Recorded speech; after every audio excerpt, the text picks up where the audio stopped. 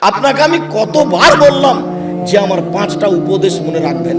আমি আব্দুর রাজ্জাক বিন ইউসুফ আপনার জন্য জাতিকে 5টা উপদেশ দিয়ে গেলাম। এক, আপনার জীবনের সবচেয়ে জরুরি কাজ কোনটা? এর চেয়ে জরুরি কাজ পৃথিবীতে নেই, সেটা হলো সালাত, নামাজ। মনে রাখতে হবে আপনাকে। পৃথিবীবাসী, আমি আব্দুর রাজ্জাক বিন ইউসুফ আপনাদের দ্বীনি ভাই হিসাবে মহিলা পুরুষ সকলকে বলে যাচ্ছি, মানুষের জীবনের সবচেয়ে জরুরি কাজ পৃথিবীতে কাজ হিসাবে, কর্ম হিসাবে এর চেয়ে জরুরি কাজ পৃথিবীতে নাই। সেটা কি? সালাত। জীবনে এর সাথে কোনোদিন আপোষ করিয়েন না। একে শক্ত হাতে দমন করবেন, টাইম হলে আদায় করতে হবে যত সময়ের সাথে। কোনো দিন 5 মিনিটের জন্য এর সাথে আপোষ করবেন না। এর চেয়ে জরুরি কাজ পৃথিবীতে নেই। দুই, দ্বিতীয় পৃথিবীতে জরুরি কাজ হালাল রুজি। আপনাকে আমি ব্যাংকে লোন নিয়ে ব্যবসা করতে বলিনি, কোনোদিন বলিনি। চকলেট দিয়ে ব্যবসা করতে বলেছি, তাহলে লোন নেওয়া লাগবে না। চকলেট দিয়ে যদি আমি ব্যবসা করি তো লোন নেওয়া লাগবে না। লোন এত খারাপ, লোন এত খারাপ, লোন এত খারাপ যে লোন যেন আমি না করি, এই জন্য আল্লাহর নবী দিন রাত পরিত্রাণ চাইতেন। সালাম ফিরার পূর্বে এমন কোনদিন জীবনে একটা দিন ঘটেনি যে এই দোয়া বলেননি। দোয়ার শেষ বাক্যটা হচ্ছে আল্লাহুম্মা ইন্নী আউযু বিকা মিনাল মাগসামি ওয়াল মাগরাম। তোমার কাছে বাঁচতে চাই বড় পাপ হতে, তোমার কাছে বাঁচতে চাই ঋণ কর্য হতে, তোমার কাছে বাঁচতে চাই বড় পাপ হতে, তোমার কাছে বাঁচতে চাই ঋণ কর্য হতে, তোমার কাছে বাঁচতে চাই বড় পাপ হতে, তোমার কাছে বাঁচতে চাই ঋণ কর্য হতে। এই বাক্যটা না বলে তিনি কোনোদিন সালাম ফিরেননি। এ কথা আয়েশা রাদিয়াল্লাহু তাআলা না বলেন, হাদিস বুখারী মুসলিম। আর আপনি ব্যাংকে চাকরি করেন, এটাই খারাপ। আবার আপনি 30 লাখ টাকা লোন নিয়ে বাড়ি করলেন, ছেলে মেয়ের জন্য রেখে চলে গেলেন, আর জাহান্নামের যা মরার সাথে সাথে আপনাকে কবরে গুতাইতে লাগলো। আপনি একটু কিছুই বুঝলেন না, হোঁচলার মতো দিন কাটাচ্ছেন। জাপানে ওদের ভাষাতে যে বুদ্ধি দিয়ে কাজ করে না, বলে হোঁচলা, মোটা বুদ্ধি। একটু বিবেচনা করতে হবে না? এমনি তো বোকামির পরিচয় দিয়ে ব্যাংকে চাকরি করতে গেছেন। আমি তো বলেছি এই বাংলাদেশের মাটিতে এমন কোন ব্যাংকিং ব্যবস্থা নেই, এমন কোন ব্যাংক নেই যেখানে চাকরি যায়। দেখি কোন মায়ের বেটা প্রমাণ করতে পারে।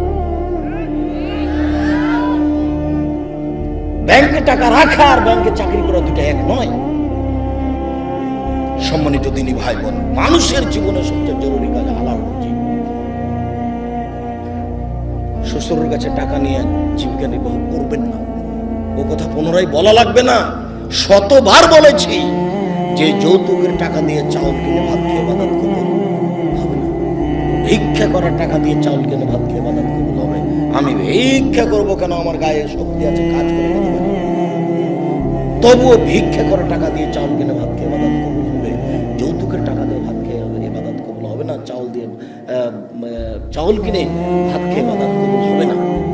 ওটা হারাম টাকা। যৌতুক শ্বশুরকে ফেরত দিতে হবে না বলেছে। আর আগামীকাল সন্ধ্যা হতে হতে এই ছেলে, তোমাকে বলেছি শতবার, তোমার বাপ যেন তোমার ফুফুকে জমি ফেরত দেয়, হিসাব করে ভাগ করে দেয়। আগামীকাল সন্ধ্যা হতে হতে আপনি বোনের জমি দিয়ে দিবেন। আপনার বাপ মরা 10 বছর হলো। বোনের জমি মানে পরের জমি। পরের জমি খান কেন? শরম হয় না? আপনার ভাগ্য আল্লাহ লিখে দেননি? বাপ মারা গেছে, আপনি জমির ভাগ নেবেন, আপনার বোন জমির ভাগ নেবে। আপনি নিবেন সকালে আর আপনার বোন নিবেন বিকেলে, এরকম কথা কি না? একসাথে। তা আজ পর্যন্ত জমি আপনার কাছে কেন? আপনাদের 4 ঘাট কোন দিক থেকে একটা লোক গেছে আমার কাছে, তো বলছে আমি অংশ বন্টনের উপরে ডক্টরেট ডিগ্রি করব, সেই জন্য আপনার কাছে এসেছি। কি করবেন? কি বলে আপনাকে কিছু জিজ্ঞাসা করব। প্রথমে বলছে আপনার আমি পরীক্ষা নেব। আমারই পরীক্ষা নেবেন? আচ্ছা ভালো, কি জিজ্ঞাসা করবেন করেন তো। তো কিছু মাসলা জিজ্ঞাসা করব এই ফারাইজ সম্পর্কে। করার পরে বলছেন আমাকে এটাই মনে হয় আমার পরীক্ষা। সেটা হলো এই, আপনার বাপ মারা গেছে না বেঁচে আছে? মারা গেছে। কতদিন হলো? এতদিন। তো আপনার জমি জায়গার খবর কি? তা বললাম যে আমার বাপকে মাটি দিয়ে এসে আগে জমি ভাগ করেছি, তারপরে খাওয়া দাওয়া। খাওয়ার আমরা আগে খাইনি, আগে জমি ভাগ করেছি তারপরে খাওয়া। যদিও জমি আমি একটু চিনি, আমার ছোট ভাই চিনি না। আমরা কোনোদিন জমিতেই যাইনি। আমার আব্বা একজন ছোট কৃষক ছিলেন, 20-25 বিঘা জমি রাখতেন। যখন পশ্চিমে থাকতাম তখন বলতো ধান বিক্রি এত টাকা, কালাই বিক্রি এত টাকা, সরিষা বিক্রি এত টাকা, পেঁয়াজ বিক্রি এত টাকা, মোট 1000 টাকা পাঠালাম। তখন আমি ভাবতাম যে আমার আব্বাকে 1000 টাকা সংগ্রহ করতে অনেক পরিশ্রম করতে হয়েছে। ওই কথা আমার এখনো দিনের মতো মনে পড়ে। আমার আব্বা আমাকে বলতেন যে আমি যতদিন বেঁচে আছি ততদিন তোমাকে জমিতে যেতে হবে না, কোনো কাজ করতে হবে না, যদি কাজ করে খেতে হয় তাহলে আমার মরার পরে। আমার এই বাপের আমার এই বাক্যটা আমি বলতে পারি না যে তোমরা যদি কাজ করে খাওয়াই লাগে তা আমার পরে খাও, আমি যতদিন আছি তোমরা ততদিন এই জমি জায়গাতে চাই না। শুকরিয়া, জাযাকুমুল্লাহ খাইর। যেটা বলছিলাম হালাল রুজি, 3 কোরআন তেলাওয়াত, 24 ঘন্টায় একবার কোরআন মাজিদ তেলাওয়াত করবেনই, করতেই হবে, নাহলে কোরআন বিপক্ষে চলে যাবে। বেশি না পড়লো কি বলেছি সূরা ইখলাস 3 বার পড়েন, একবার কোরআন মাজিদ পড়ার সময় নাকি হয়। কেন পড়েন? আজকে বলেন তো যে আমি পড়েছি, বলেন এই ছেলে তুমি লাভ দিয়ে বলো যে আমি পড়েছি, একটু হিসাব হয় না কেন? কেন পড়তে পারেন না? কেন পড়তে পারেন না? কি আছে সমস্যা যে পড়তে পারেন না? কেন পড়বেন না? সূরা ইখলাসটা আপনি 3 বার কেন পড়বেন না? নিজেকে মানুষ মনে করেন না? নিজেকে গরু ছাগল মনে করেন? বুঝেও বুঝে না ওরা চক্ষু, বুঝেও বুঝে না ওরা অন্তর আছে বুঝে না, দেখেও দেখে না ওরা চক্ষু আছে দেখে না, শোনেও শোনে না ওরা কান আছে শোনে না। উলাইকা কাল আনাম, তারা পশু প্রাণীর মতো, তারা গরু ছাগলের মতো, তারা কুকুর শ্রীগলের মতো, বাল হওয়া যাল বরং তার চেয়ে খারাপ। নিজেকে গরু ছাগল মনে করেন, পশু প্রাণী মনে করেন। কেন আপনি পড়েননি কোরআন মাজিদ আজকে? অন্তত সূরা ইখলাসটা কেন পড়েননি? এটা হলো 4 নম্বর। 1 সালাত, 2 রোজা, 3 কোরআন তেলাওয়াত, 4 দুইজন যেখানে বসে আছে সেখানে বসবেন না। ওখানে বসে ওরা একজনের বদনাম করছিল, আপনি গিয়ে যদি বলেন হ্যাঁ ঠিক বলেছিস, আসলেও খারাপ, এখন কি হবে? তাহাজ্জুদ সারা জীবনে যা পড়েছেন ওইটা যদি এক পাল্লায় দেওয়া হয়, আর ঠিক বলেছিস আসলেও খারাপ এই বাক্য যদি এক পাল্লাতে দেওয়া হয়, পুরো জীবনের তাহাজ্জুদ হারিয়ে যাবে। আপনি বলতে পারেন, বুঝতে পারেন ল্যাংটা মেয়েকে দেখছি আর গল্প জমাচ্ছি, এটা কত বড় খারাপ, আর মানুষের বদনাম কানে শুনছে, এটা কত বড় খারাপ, আপনাকে আমি বুঝাতে পারি না। 4 জন যেখানে, 2 জন যেখানে বসে আছে সেখানে বসবেন না।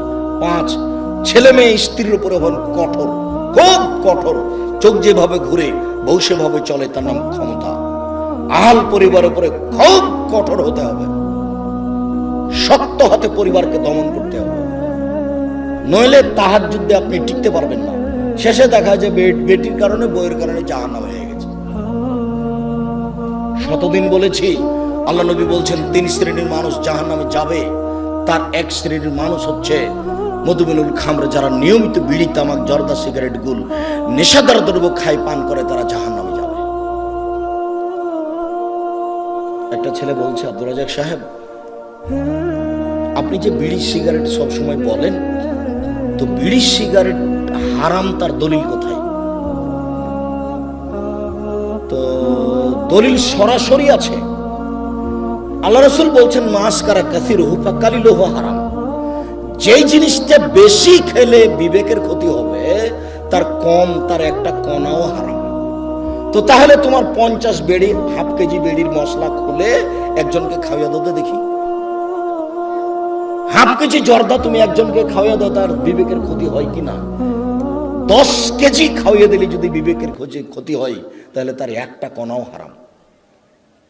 আল্লাহ রাসূল বলেছেন, এক বাক্য বলেছেন এমন ভাবে কিয়ামত পর্যন্ত সারা পৃথিবীর সব জায়গাতে চলবে। কাজেই হালাল রুজি খাবেন, আর জরুরি প্রয়োজন ছাড়া কোথাও বসবেন না, আর পরিবারের উপরে খুব শক্ত, খুব কঠোর হতে হবে। সম্মানিত দিনী ভাই বোন, এই 5টা উপদেশ থাকছে। বলছিলাম